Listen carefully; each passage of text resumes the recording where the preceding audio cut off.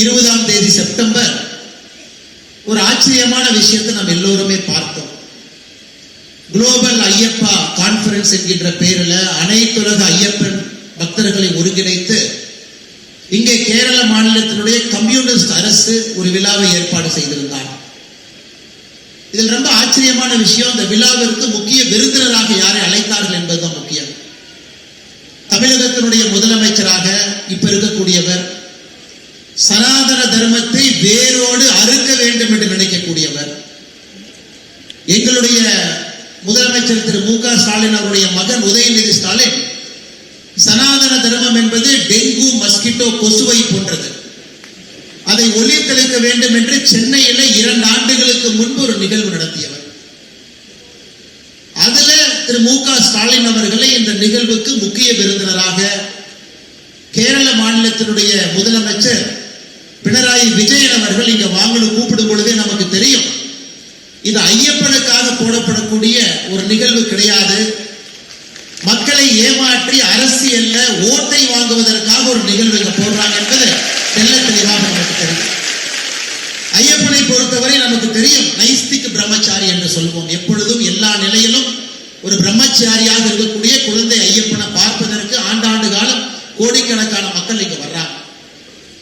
இந்த நைஸ்திக் பிரம்மச்சாரியை பொறுத்தவரை அவரை பாதுகாக்க வேண்டிய கடமை நமக்கு இருந்தாலும் கூட அவர் எப்பொழுதும் குழந்தை முகத்தோடு இன்முகத்தோடு இங்கிருந்து சபரிமலையில பக்தர்களுக்கு ஆண்டாண்டு காலமாக செய்தியை சொல்றாங்க. ஆனா திரு ஸ்டாலின் அவர்களையும் திரு பினராயி விஜயன் அவர்களையும் நான் அவர்களை எப்படி அழைப்பேன் என்று சொன்னால் நாஸ்திக் டிராமாச்சாரி என்றுதான் அழைப்பேன். அதாவது நாத்திகத்தை விரும்பக்கூடிய, டிராமா நடத்த வேண்டும் என்று நினைக்கக்கூடிய 2 நபர்கள் இணைந்து நாஸ்திக் டிராமாச்சாரியாக இந்த நிகழ்வை நடத்தி முடித்திருக்கிறார். அது அந்த நிகழ்வை பார்க்கும் பொழுது யாரும் வரவில்லை, இருக்கைகள் எல்லாம் காலியா இருந்ததுங்க. இவர்களாகவே கஷ்டப்பட்டு ஒரு கூட்டத்தை போட்டு ஐயப்பனுக்கு நாங்கள் இருக்கின்றோம் என்று சொல்லி அதன் மூலமாக இன்னும் தங்களுடைய பெயருக்கு களங்கத்தை ஏற்படுத்திக் கொண்டிருக்கின்றார்கள் என்று சொந்தங்கள். இது நாம் கேட்கக்கூடிய ஒரே ஒரு கேள்வி, 2018-19 காவல்துறையை வைத்து ஐயப்ப பக்தர்களை அடித்து உதைத்து உச்ச நீதிமன்றம் ஒரு தீர்ப்பு கொடுத்த பிறகு அதை முழுமையாக இப்படித்தான் கண்டிப்போடவே கண்டிப்பாக நான் நடைமுறைப்படுத்துவேன் என்று பொங்கி எழுந்த திரு விஜயன் அவர்களுக்கு ஐயப்பனை பற்றி ஒரு மாநாடு நடத்துவதற்கு என்ன உரிமை இருக்கிறது என்பதால் அடிப்படையான ஐயப்ப பக்தர்கள் கேட்கக்கூடிய ஒரு கேள்வி. மாநாடு நடத்துவதற்கு உங்களுக்கு என்ன உரிமை இருக்கு? திராவிட முன்னேற்ற கழகம் எதற்கு மு க ஸ்டாலின் ஐயா கூப்பிட்டாங்களோ, தமிழகத்துல கடந்த ஆண்டு, நீங்க இந்த டிராமா நம்ப மாட்டீங்க, கடந்த ஆண்டு தமிழகத்துல குளோபல் முருகா கான்ஃபரன்ஸ் டிஎம்கே நடத்துறாங்க பழனியில். ஏன்னா பக்கத்துல ஒரு திருடன் இருக்கும் பொழுது திருடனை பார்த்து இன்னொரு திருடன் வேகமாக கற்றுக்கொள்வான், ஒரு திருடனை பார்த்து ஈஸியா கற்றுக்குவான். தமிழகத்துல சனாதன தர்மம் வேண்டாம் என்று நினைக்கக்கூடிய டிஎம்கே திராவிட முன்னேற்ற கழகம் குளோபல் முருகா கான்ஃபரன்ஸ் பழனியில போனான். இன்னைக்கு கேரளத்துல கம்யூனிஸ்ட் அவர்களை பார்த்து இங்க குளோபல் ஐயப்பா கான்ஃபரன்ஸ். இருவரும் கடவுளை பற்றி பேசுவதற்கு அடிப்படையில் எந்த ஒரு தகுதியும் இல்லாதவர்கள் என்று சொன்னாங்க.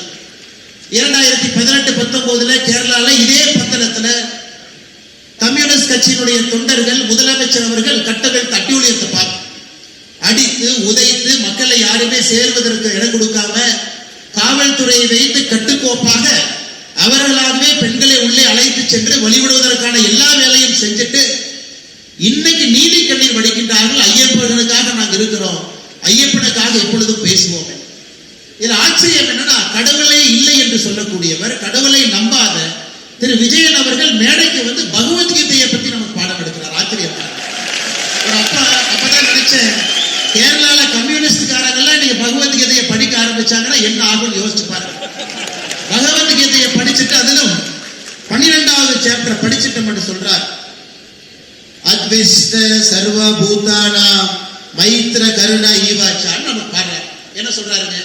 அதாவது ஒரு பக்தன் எப்படி இருக்க வேண்டும் என்று விஜயன் அவர்கள் நமக்கு பாடம் எடுக்கிறாங்க.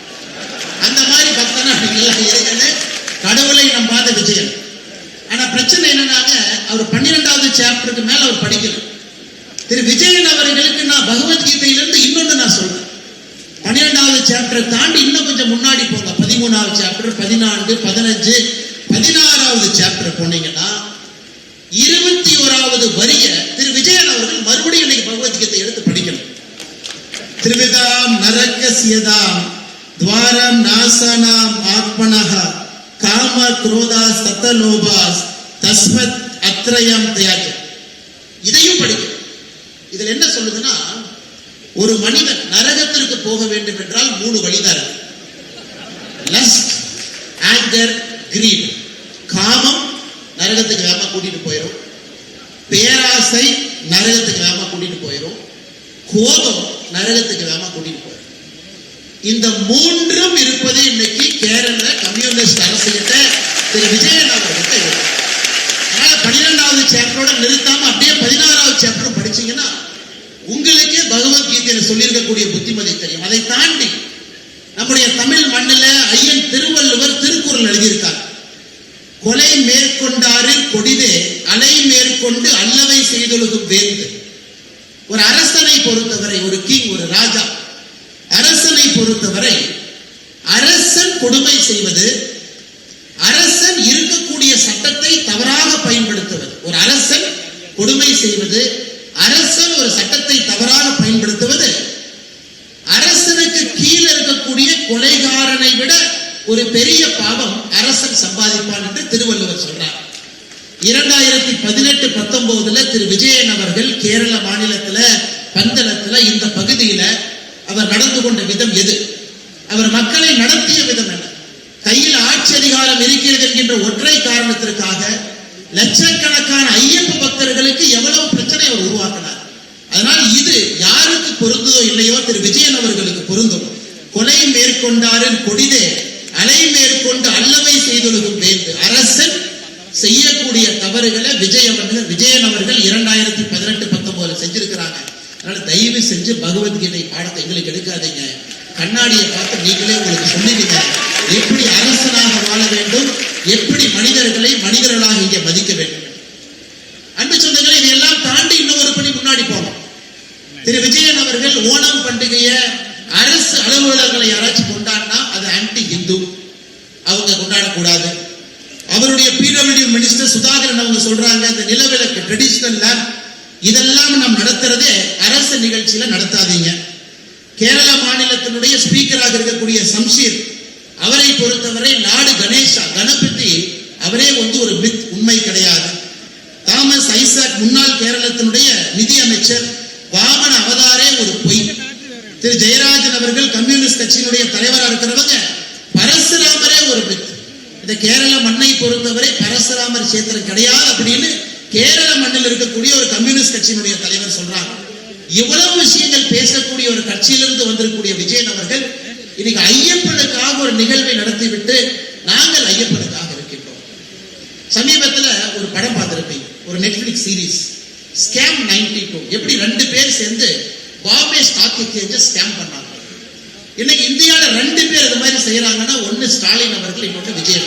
ஏன் நான் சொல்றேன், தமிழகத்துல நம்முடைய தமிழ்நாட்டுல இந்து கோவில்களை TNHRNC நிர்வாகம் செய்யறாங்க, ஒரு அரசு நிர்வாகம் செய்யறாங்க.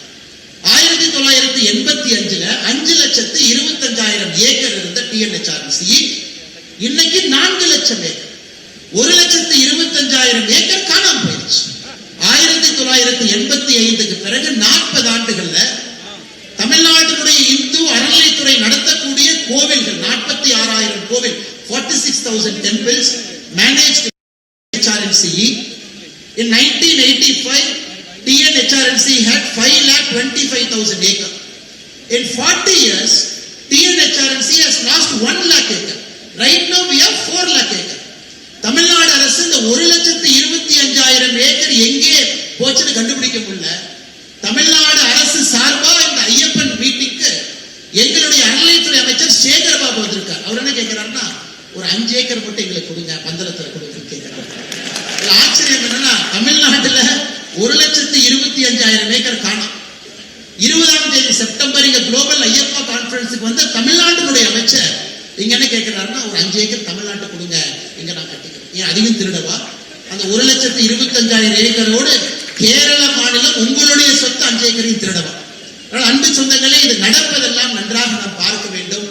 நம்மை ஏமாற்றுவதற்காக மட்டுமே ஒரு கூட்டம் ஒன்றாக இணைந்து நடத்தி கொண்டிருக்கிறார். இன்னைக்கு கடவுளை அரசியலாக்குவது யார் என்கின்ற முக்கியமான கேள்வியை நம்ம கேட்கிறோம். கடவுளை அரசியலுக்கு பயன்படுத்துவது நாமா, இங்க இருக்கக்கூடிய அரசா, அதுவும் குறிப்பாக கம்யூனிஸ்ட் கட்சியார் பாருங்க. இன்னைக்கு கடவுளை அதை அரசியலாக்கி அதன் மூலமாக லாபம் சம்பாதித்து அதன் மூலமாக மக்களை ஏமாற்றுவதற்காக ஒரு வேலையை செஞ்சிருக்கிறாங்க. இன்னைக்கு பெரும் திரளாக பந்தளத்துல இங்க இருக்கக்கூடிய நாம் எல்லோரும் இங்க இணைந்திருப்பது, தயவு செய்து ஐயப்பனை அரசியல் ஆக்காது, தயவு செய்து ஐயப்பனை தனியா விட்டுருங்க. இன்னைக்கு உச்ச நீதிமன்றத்தில் ரிவ்யூ பெட்டிஷன் லார்ஜர் கான்ஸ்டிடியூஷனல் பெஞ்சில் இருக்கும் பொழுது எதற்கு தேவையில்லாத வேலையை செய்யறீங்க? இன்னைக்கு ஐயப்பனுக்கு உண்மையாலும் நல்லது செய்ய வேண்டும் என்று விஜயன் அவர்கள் நினைச்சா சுப்ரீம் கோர்ட் முன்னாடி நீங்க போட்டிருக்கக்கூடிய அபிடவிட்டை மாத்தி போடும். சுப்ரீம் கோர்ட்ல 2018, 17, 16 இந்த மாநிலத்தினுடைய கம்யூனிஸ்ட் அரசு கொடுத்திருக்கக்கூடிய அபிடவிட்டை மாத்துங்க. திருவங்கூர் தேவஸ்தானம் போர்டு இங்க என்ன அபிடவிட் கொடுத்திருக்கிறீங்களோ அதை உச்ச நீதிமன்றத்தில் மாத்துங்க. Change the affidavit that is in front of the Honorable Supreme Court of our country.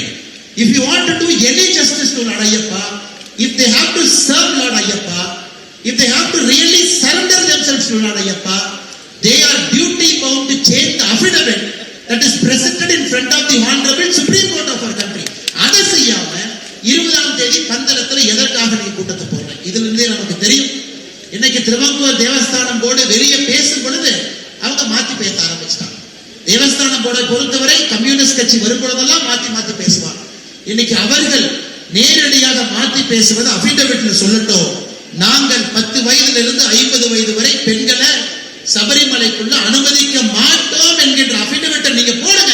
நீங்க ஐயப்பனுடைய பக்தர்கள் ஏற்று, நீங்க ஐயப்பனுக்காக வேலை பார்க்கறீங்க ஏற்றுக்கோ. அதையெல்லாம் தாண்டி விஜயன் அவர்கள் இன்னைக்கு புதுசா இன்னொரு டிராமா ஆரம்பிச்சிருக்காரு. ஐயப்பனுக்காக நாங்கள் செலவு செய்கின்றோம், ஐயப்பனை பார்த்துக் கொள்ள வேண்டிய பொறுப்பு எங்களுக்கு இருக்கு. 2011-12 மாஸ்டர் பிளான்ல என்ன சொல்றாங்க? 148 கோடி ரூபாய் ஐயப்பனுக்கு நாங்கள் செலவு பண்ணியிருக்கோம்.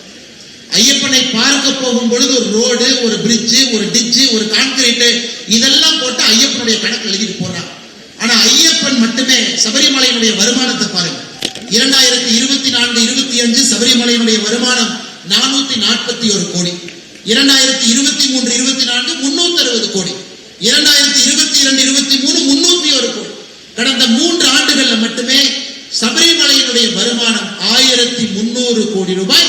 சபரிமலையினுடைய வருமானம் 100 கோடி ரூபாய்க்கு ரோட்டை போட்டுட்டு கோயில் உண்டியில் இருக்கக்கூடிய பணத்தை எப்படி தமிழகத்துல திராவிட முன்னேற்ற கழகத்தினுடைய அரசு திருடுறாங்களோ அதே வேலையை செய்வதற்காக விஜயன் அவங்க இறங்கிருக்கிறாங்க. அதோடு நிறுத்தல, 1000 கோடி ரூபாய் நாங்க ஐயப்பனுக்கு செலவு செய்வோம். நீங்க நல்லா யோசிச்சு பாருங்க. தமிழ்நாட்டில் 2021 திமுக தன்னுடைய தேர்தல் அறிக்கை election manifesto, DMK government in 2021 said, when we come to power we will spend 1000 crore for renovation of Hindu temple. Till now they haven't even spent 100 crore after 4 years in power. அங்க 1000 கோடி, இங்கே அதே 1000 கோடி விஜய் சொல்றார். அங்க global முருகா conference, இங்க global Ayyappa conference. எப்படி 2 திருடர்கள், ஒருத்தர் பிக் பாக்கெட்ல கையில இவரு, இன்னொரு பிக் பாக்கெட்ல அவரு, எப்படி 2 நபர்கள் சேர்ந்திருக்கின்றார்கள் என்பதை தெள்ள தெளிவாக நாம் இங்கே பார்க்க முடியும். அன்பு சொந்தங்களே, இதையெல்லாம் தாண்டி இன்னைக்கு சமீபத்தில் துவாரபாலகர், நம்முடைய சபரிமலையில் இருக்கக்கூடிய துவாரபாலகர் மேல இருக்கக்கூடிய தங்கம் அது சென்னைக்கு வருது. அதை திருத்தி கொண்டு வருவதற்காக 42 கிலோ 800 கிராம் இருக்க வேண்டிய தங்கம் இன்னைக்கு அவர்கள் எடுத்து 1 மாதம் கழிச்சு வே பண்ணி பார்க்கும் பொழுது 38 கிலோ 200 கிராம் இருக்கு. அதுல 4 கிலோ 540 கிராம் அதுல காணும். உங்களால் ஐயப்பனுக்கு பக்கத்தில் இருக்கக்கூடிய துவாரபாலகனை காப்பாற்ற முடியல, அதனுடைய தங்கத்தை கண்காணிக்க முடியல, அந்த 4 கிலோ உங்க பார்த்துக்க முடியல. நீங்கள் எங்களுக்கு எப்படி ஐயப்பனை பார்த்துக் கொள்வது என்று பாடம் எடுத்துக் கொள்கிறீர்கள். ஆனால் கேரளத்தில் இருக்கக்கூடிய அன்பு சொந்தங்கள் எல்லோருக்கும் என்னுடைய அன்பான வேண்டும். நம்ம எல்லோருமே ஐயப்பனுடைய பக்தர்களாக இங்கே வந்திருந்தாலும் கூட போதும் போதும் போதும் என்று சொல்லுகின்ற நிலைமையெல்லாம் தாண்டி கோபத்தில் நின்று கொண்டிருக்கின்றோம். அரசியல் மாற்றம் கட்டாயமாக வர வேண்டும். இது அரசியல் மேடை அல்ல, அரசியல் தலைவர்கள் எல்லோரும் இருக்கின்றார்கள். இருந்தும் கோவில்களை நாம் காப்பாற்ற வேண்டும். கோவில்கள் அரசு பிடியிலிருந்து வெளியே கொண்டு வர வேண்டும் என்றால் கம்யூனிஸ்ட் கட்சிக்காரங்களை கோவிலிருந்து வெளியே அனுப்ப வேண்டிய நேரம் நமக்கு வந்துருச்சு. தமிழ்நாட்டில் இன்னொரு ஆச்சரியமான விஷயம், 2 வாரத்திற்கு முன்பு புதுக்கோட்டை பக்கத்துல ஒருத்தர் உண்டியல் தூக்கிட்டு போயிட்டு இருக்கார். புதுக்கோட்டை பக்கத்துல ரோட்ல இருக்கிற மக்கள் பிடிச்சிடறாங்க. ஆனா எங்கனே உண்டியல் எடுத்துட்டு போறீங்க? இல்லைங்க, கோயில் உண்டியல் எடுத்துட்டு போறேன். போலீஸ் ஸ்டேஷன்ல கொண்டு போய் உட்கார வச்சுட்டு எஃப்ஐஆர் பதிவு பண்ண பாக்குறாங்க. அப்பதான் அவர்களுக்கு தெரியுது அந்த கோவில்ல உண்டியல் வச்சதே ஒரு திமுக காலம் தான். 10 வருஷமா உண்டியல் வச்சு வர்ற பணத்தை சைன் எடுத்துட்டு. இந்த மாதிரி இந்தியா முழுவதும், குறிப்பாக தமிழகத்துல, கேரளத்துல பல இடத்துல அநியாயம் பண்ணிட்டு இருக்கிறாங்க. அதை எல்லாம் தட்டி கேட்க வேண்டிய கடமை நம்முடையது. அதற்கு ஒரு அரசியல் மாற்றத்தை நீங்கள் கொண்டு வர வேண்டும். நிச்சயமாக நீங்கள் பயன்படுத்த வேண்டும் என்கின்ற அன்பான வேண்டுகோளை வைக்கிறேன். இதை தாண்டி இன்னைக்கு விஜயன் அவங்க சொல்றாங்க, ஏதோ அரசு ஐயப்பனுக்கு பணம் கொடுக்கிறோம், நாங்க திருவங்கூர் தேவஸ்தானம் போர்டுக்கு பணம் கொடுக்கிறோம், எல்லாமே அரசு தான், நாங்க பணம் கொடுக்கறதுனால ஈக்குவாலிட்டி ஆர்டிகல் வந்தது, அதனால எல்லோரும் வர வேண்டும் என்கின்ற வாதத்தை வைக்கிறாங்க. நமக்கு தெரியும் இன்னைக்கு நம்முடைய அரசியலமைப்பு சட்டத்துல ஆர்டிகல் 290A இந்திய அரசியலமைப்பு சட்டத்திலே மிக வித்தியாசமான ஒரு ஆர்டிகல், ஒரு அமெண்ட்மெண்ட். இது எங்கேயுமே இல்லாத ஒரு பெருமை இந்த கேரள மண்ணுக்கு இருக்கு. ஏன்னா நம்முடைய அரசியலமைப்பு சட்டத்தை வடிவமைத்தவர்களுக்கு தெரியும், கேரளால திருவங்கூர் ஒரு பக்கம் இருக்கு, கொச்சி இருக்கு, இரண்டையும் கம்பைன் பண்ணும் பொழுது அன்னைக்கு adviser to the minister of states திரு VP மேனன் அவர்கள் தலைமையில் ஒப்பந்தம் போடுறாங்க. இன்னைக்கு இதெல்லாம் நீங்க எடுத்துக்கிட்டீங்க, 2 பிரின்சிபல் ஸ்டேட்டை கம்பைன் பண்ணி எடுத்துட்டீங்க. அதனால அரசு ஒரு ஆண்டும் தேவஸ்தானத்திற்கு 51 லட்சம் பணம் கொடுக்க வேண்டும் என்று 1949 போடப்பட்ட ஒரு தீர்மானம். இதுல தமிழ்நாடும் சம்பந்தப்பட்டது. ஆச்சரியம் பாருங்க, 1956 தமிழ்நாடு கேரளா நம்முடைய பார்டரை வரையறுத்த பொழுது கேரளாவுடைய சில பகுதிகள் தமிழ்நாட்டுக்கு வரும். அன்னைக்கு 1956 கேரளா. அந்த 290A ஆர்டிகல்ல சொல்றோம், எந்த பகுதியெல்லாம் தமிழ்நாட்டுக்கு வந்திருக்கோ அதற்கு தமிழ்நாடு அரசு வருஷத்துக்கு 13,50,000 கொடுக்கணும் தேவஸ்தானம் போர்டுக்கு. கேரள அரசு 46,50,000 கொடுக்கணும். So Mr. Vijayan has to understand, it is not the money that is thrown at Ayyappa, it is a constitutional obligation by the government to give money to the Travancore Devasthanam Board, not by Kerala, even by Tamil Nadu. Tamil Nadu அரசும் வருடத்திற்கு 13,50,000 ரூபாய் கொடுக்கணும். காரணம், கேரள பகுதியிலிருந்து தமிழ்நாட்டுக்குள்ள வந்திருக்கக்கூடிய கேரளத்தினுடைய பழைய நிலத்தில் இருக்கக்கூடிய கோவிலுக்கு தமிழ்நாடு அரசு கன்சாலிடேட்டட் ஃபண்ட்ல இருந்து கொடுக்கணும். இது ஒரு கான்ஸ்டிடியூஷனல் மேண்டேட். ஏன்னா இங்கிருந்த கோவில்களை பாதுகாப்பதற்காக கொடுக்கப்படுற நிதி, அதை அப்படியே மாத்தி கடந்த 75 ஆண்டுகள் அப்படியே அந்த கான்செப்டை மாத்தி ஏதோ அரசு பணம் கொடுப்பதால் மட்டும்தான் இங்க இருக்கக்கூடிய கோவில்கள் வாழுகின்ற என்கின்ற மாயத்தோட்டத்தை ஏற்படுத்தி அதை உச்சநீதிமன்றம் வரைக்கும் கொண்டு போய் அதுல ஆர்டிகல் 21-25 கொண்டு வந்து அரசு பணம் கொடுக்கறதுனால எல்லா கோவில்ல எல்லோரும் செல்லணும், குறிப்பாக பெண்கள் சபரிமலை ஐயப்பனை பார்க்க செல்ல வேண்டும் என்கின்ற வாதத்தை வைத்து இன்னைக்கு இந்த பிரச்சனை போயிட்டு இருக்கு. ஆனால் நிச்சயமாக எனக்கு நம்பிக்கை இருக்கிறது, உச்சநீதிமன்றம் லார்ஜர் கான்ஸ்டிடியூஷனல் பெஞ்ச்ல இதை அவங்க மறு தீர்மானம் செய்யும் பொழுது ஐயப்பனுக்காக நல்ல ஒரு முடிவு, நல்ல ஒரு தீர்ப்பு வரும் பொழுது இந்த கம்யூனிஸ்ட் அரசினுடைய முகத்துல கரியை நாம் பூசத்தான் போகின்றோம், அதுவும் நடக்கத்தான் போகிறது. நம்முடைய காலத்தில் அதையும் பார்க்கணும். அதனால இந்த அற்புதமான இந்த மாநாட்டில் பங்கேற்கக்கூடிய எல்லா தலைவர்களுக்கும் இந்த நேரத்தில் நாம் நெஞ்சார்ந்த பாராட்டுக்களை, வாழ்த்துக்களை தெரிவிக்கணும். காரணம், 20ஆம் தேதி அரசு நடத்திய கூட்டத்தை விட 10 மடங்கு பெரிதாக ஆன்மீகவாதிகள், பெரியவர்கள், அரசியல் கட்சியினுடைய தலைவர்கள், சாதாரண பொதுமக்கள், ஐயப்ப பக்தர்களை எல்லோரும் கொண்டு வந்து கேரள மாநிலம் ஒரு செய்தியை சொல்லி இருக்கிறது. ஐயப்பனை தொட்டால் நாங்கள் விடமாட்டோம் என்கின்ற பெரிய செய்தியை சொல்லியிருக்கிறோம். அது 2026 தேர்தல் களத்தில் அதை எதிரொலிக்க வேண்டும் என்கின்ற ஒரு ஐயப்ப பக்தராக என்னுடைய கருத்தையும் இங்கு வைக்கின்றேன். கடைசியாக திரு விஜயன் அவர்களுக்கும் கம்யூனிஸ்ட் ஆட்சி எங்களுடைய வேண்டுகோள், நீங்கள் புரிந்து கொள்ள வேண்டும், மனிதனுடைய சட்டங்கள், உங்களுடைய சட்டங்கள் ஐயப்பனுக்கு பொருந்தாது என்பதை எப்பொழுது புரிந்து கொள்ளுகின்றீர்களோ அன்னைக்கு உங்களுக்கு நல்ல புத்தி கிடைக்கும். இரண்டாவது, பகவத்கீதையை முழுசா 18 சாப்டர் படிங்க, 12 சாப்டரோட நடிக்கிறாங்க. மூன்றாவது, கேரள அரசும் தேவஸ்தானம் போர்டும் இன்னைக்கு உச்ச நீதிமன்றத்தின் முன்பு நீங்க போட்டிருக்கக்கூடிய அபிடவிட்டை மாத்தி ஐயப்பனுக்கு ஆதரவாக நீங்கள் கொடுக்கும் பொழுது ஐயப்பனுக்காக நீங்கள் இருக்கின்றீர்கள் என்கின்ற பொருள். அதுவரை எத்தனை மாநாடு நீங்கள் நடத்தினாலும் நாங்கள் நம்ப போவது கிடையாது. 2018-19 அந்த ஆர்ப்பாட்டத்தில் பங்கேற்ற எல்லோரின் மீதும் வழக்கு போடப்பட்டிருக்கிறது. அந்த வழக்கை உடனடியாக நீங்கள் கைவிட வேண்டும் என்பதும் இதன் மூலமாக சொல்லுகின்றோம். நன்றாக புரிந்து கொள்ள வேண்டும், பம்பையோ பந்தளமோ இது ஒரு பிக்னிக் ஸ்பாட் கிடையாது, ஐயப்பன் வாழுகின்ற இடம். அதனால் நீங்கள் நடத்தக்கூடிய இந்த குளோபல் கான்ஃபரன்ஸ் ஐயப்பனை உலகத்துக்கு அறிமுகப்படுத்தப்படுகிற தேவை யாருக்கும் கிடையாது. ஐயப்பனை விட இவங்கெல்லாம் பெரிய ஆளுகளா? ஐயப்பனை உலகுக்கு அறிமுகப்படுத்துவதற்காக ஒரு மாநாடு நடத்துறாங்களாமா. இந்த இடத்தை அப்படியே விடுங்க. பாட்டுக்குள் ஐயப்பன் இருப்பதுதான் அனைவருக்கும் பெருமை.